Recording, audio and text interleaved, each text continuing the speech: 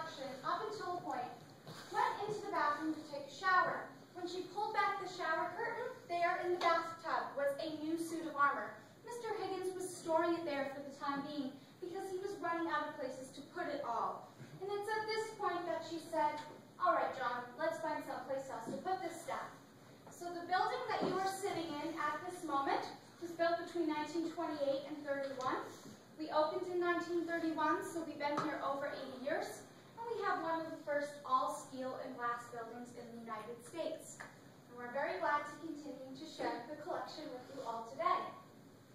Now what I'm going to be doing now is putting on a pair of gloves. We all know what fingerprints are. And normally fingerprints are harmless, but when we touch steel, even if it's modern replica steel, within around 48 hours, it's going to begin to rust. Now, while we can handle things in this room using gloves, upstairs in the 3rd and the 4th floor where we have the actual collection, where things are between 150 and 4,000 years old, we can't touch any of the steel or wood there because it will rust or rot. So if you come up to help me out, just put on a big pair of floppy gloves. Now for most of the Middle Ages, we do not have knights in shining armor. That does not become common until around 1400. That's relatively late in the medieval period. And even so, at that point, only 1 in 200 knights can actually afford a full suit of plate armor. So for most of the Middle Ages, and in fact since 3000 BC, we have knights and warriors wearing this stuff. Can anyone here tell me what this is called? Chainmail. Yeah, chainmail or mail, absolutely. And we're not exactly sure who invented mail first. There's a theory right now that it was perhaps the ancient Celts, but it was certainly developed later on independently by the people of Africa and China and India and so on and so forth. The word mail means mesh, and you can see it's a mesh-like fabric of anywhere between 15 and 30,000 hand-coiled, cut, and pressed rings. In the Crusading period, the male hauberk or tunic might have had longer sleeves, included mitten-like gloves, and perhaps a cowl like a modern-day hoodie sweatshirt. So it could be much, much more involved. Now there had to be a reason why people were wearing this kind of protection for such a long time. By a show of hands, how many of you in the audience think mail is good at protecting someone on the battlefield? Probably ever. Okay, so a few of you say yes. And how many of you say no? That's crazy. Okay, almost an equal amount. And the rest of you are probably saying, I just don't know. So that's what we are going to figure out. So this is the point where I need my first willing volunteer to come help me. Yes, you were raising your hand before we even started, so you can come on up. You're about the height I need for this one, too. Fine. I got my eye on you out there. We'll get to you. All right, put on a pair of gloves. Put on a pair of gloves, sir.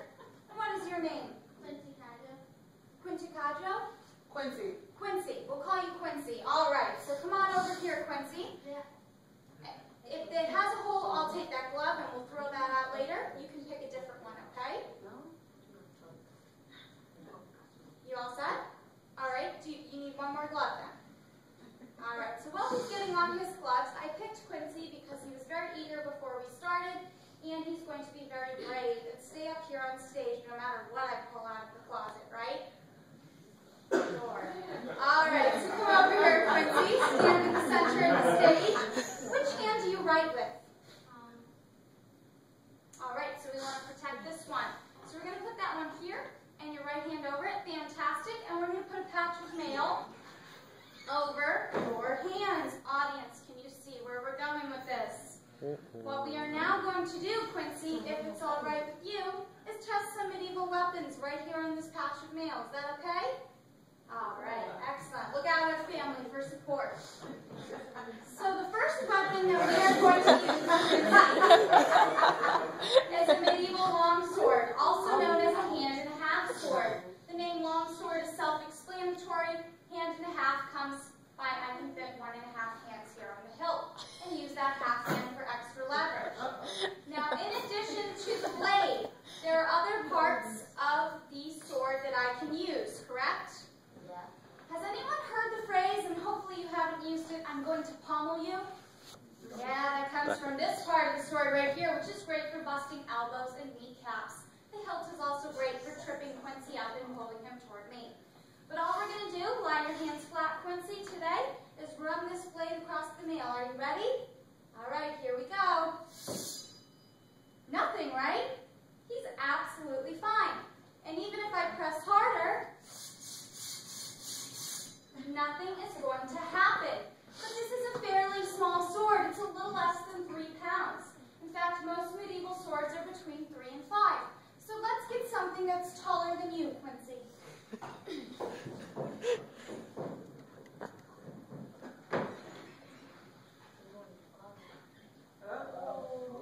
All right, here we go. Here we have a two-handed sword. The most famous two-handed sword that people come in here asking for is a Scottish claymore, but that is just one version. This one in particular is called a flamberge, translation, flame sword. You can see where that name comes from also. This is a form of intimidation. As you can imagine, seeing this on the battlefield might frighten you quite a bit. This was not carried by knights, it was carried by foot soldiers, like the Landsknechts in the German and Swiss armies. All right, here we go, Quincy. Are you ready? All right, we're going to overlap your hands again, and we're going to secure that. Fantastic. All right, here we go. Nothing. Pretty much any slashing or cutting weapon I put against Quincy's hands, he's going to be fine. But there are other weapons he's going to be encountering on the battlefield, right, audience? So does anyone want to raise their hand and make some suggestions? Yes? Mace. We're going to get back to that in just a second. That's an important one. What else? Yeah? Crossbow. Crossbows, projectiles. So the first weapon that, don't worry, we're not going to shoot anybody. Before we start talking and pulling things out. The first weapon projectile that can break apart the links of mail is an English longbow. Ours is on repair, but it's a little bit taller than me. And later on, the crossbow will do the same thing. And sometimes if it hits plate at a 90-degree angle, can go through the plate as well. How about pole arms? And again, I'm not going to use this on you, Quincy. This is a problem for knights. I'm not going to use it on you. They're specifically designed for taking knights off their horse by the armpit, bringing them to the ground, and finishing the job. If we have a loose weave of mail, we can also stab through it rather easily. You'll see that I'm hitting the iron bar. Imagine that that is the spine. Well, let's get back to the mace. Now, Quincy, you've been so brave, and in fact, I've never seen a kid so brave. So, what I am going to do is let you choose which one you'd like me to use. The hesitation he is experiencing is appropriate. Guess what, Quincy? I'm not going to use either of these on you. And after everyone gives you a round of applause, you can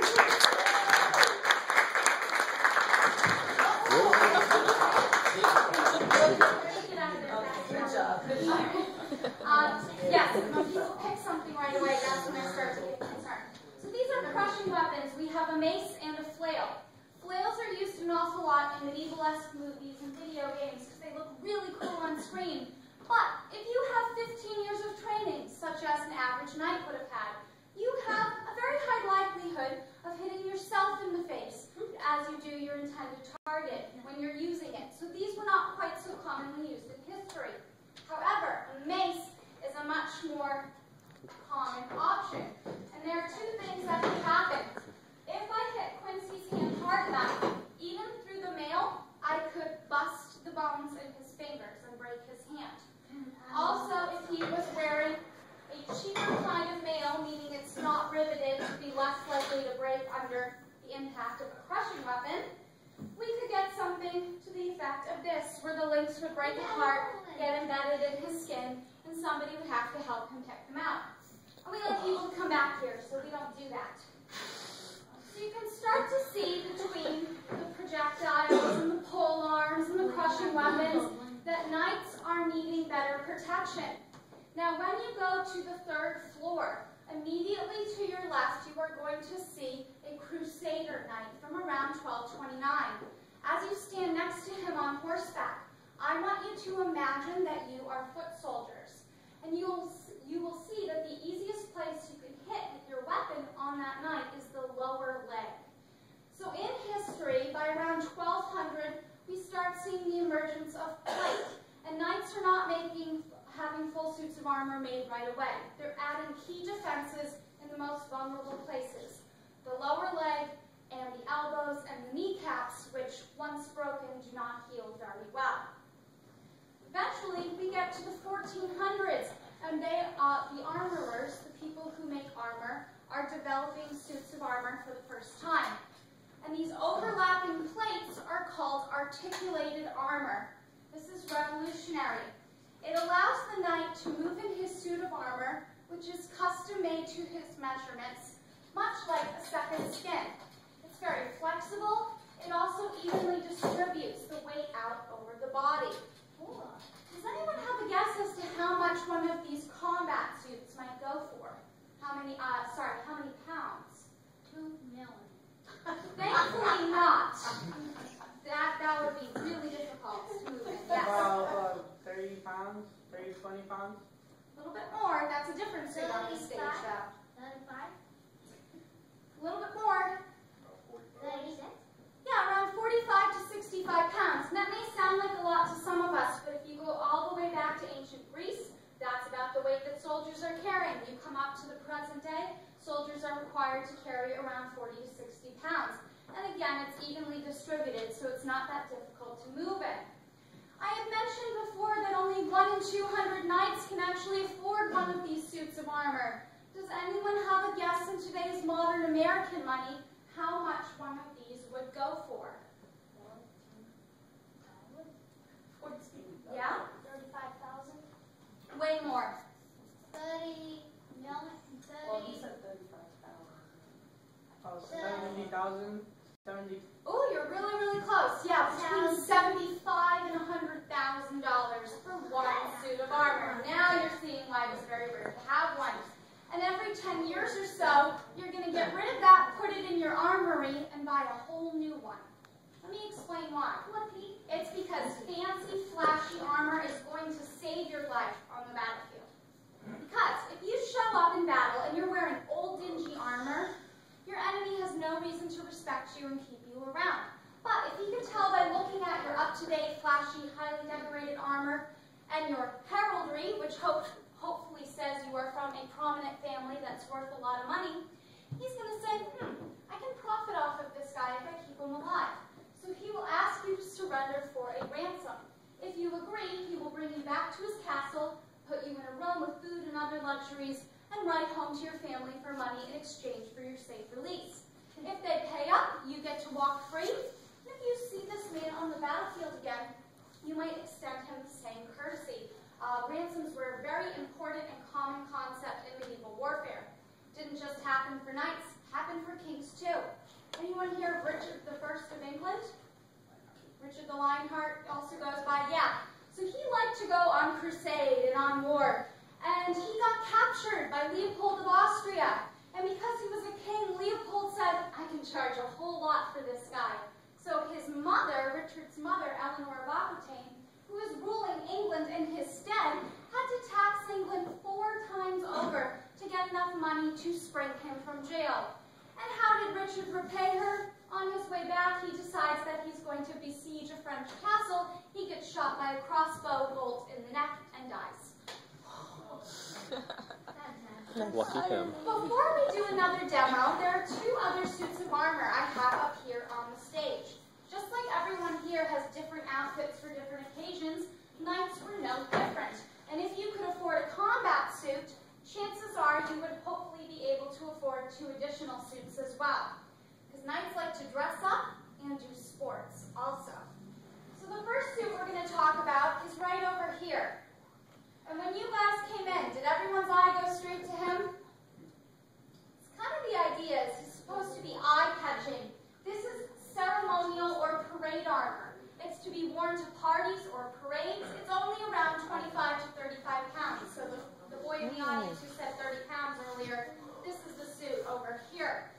Now, on the visor of the helmet, we have a face. And it's supposed to look like a particular animal.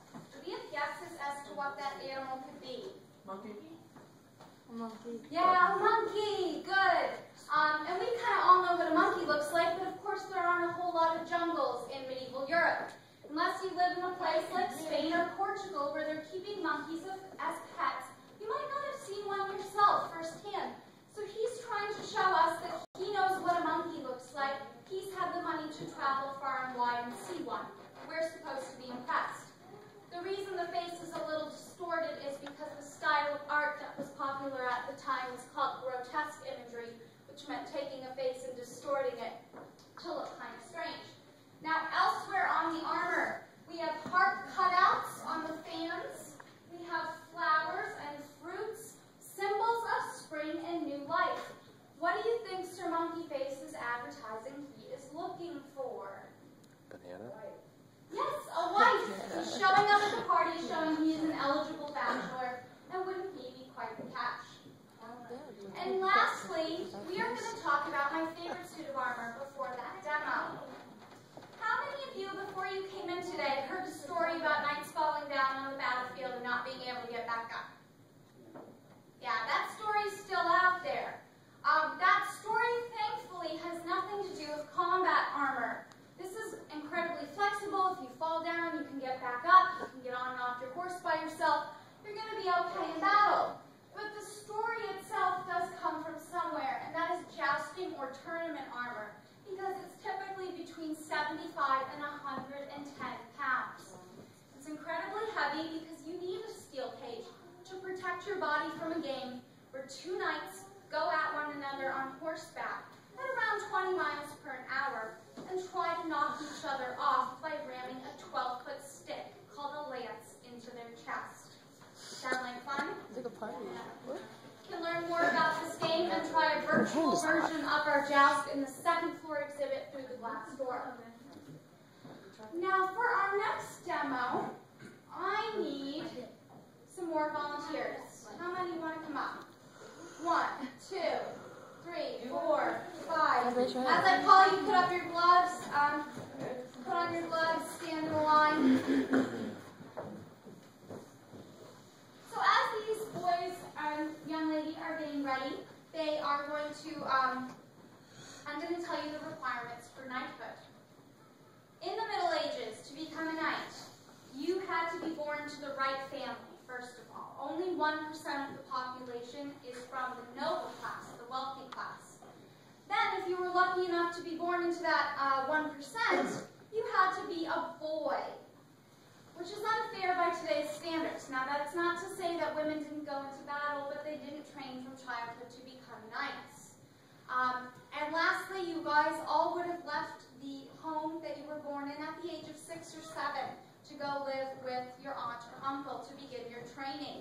Now, that's because medieval parents had a crazy idea that kids listen better for other people's parents than their own parents. I don't know where they got that idea from. But that was the idea. But, of course, that family would get the cousins in return. All right, let me see. This is going to be hard because you are all sort of the size I need. You, sir, are you comfortable getting some armor on? Yes. All right, come here to the front. What is your name? Brett. So Brett is going to be Sir Brett today, and we're going to get him ready for battle. So he's completed his first stage of training as a page, and now a squire, and now he is a knight. And you guys are almost knights. You are all squires. So, Brett, if you'll stand over here just a little bit more, and I'm going to be handing your squires here items that they're going to get on you for battle. All right, you guys are going to help me with something at the end. All right, what I would like you to do, sir, is come over here and put that towel over Brett's neck with the slit facing in front. That's going to protect his neck from the next piece. Excellent. All right. And let's see. You're going to come over here with me. You might have to crouch down just a little bit, Brett, because we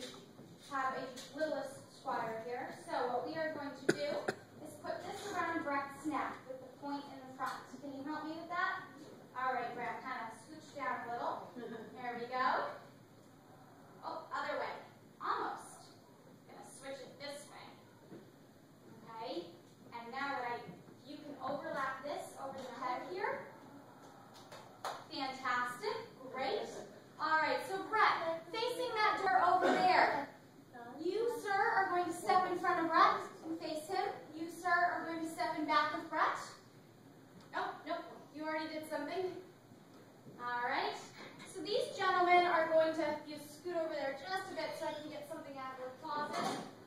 I'm going to be holding this piece. And this piece, what we have here is a cuirass, which of course will protect Brett's vital organs.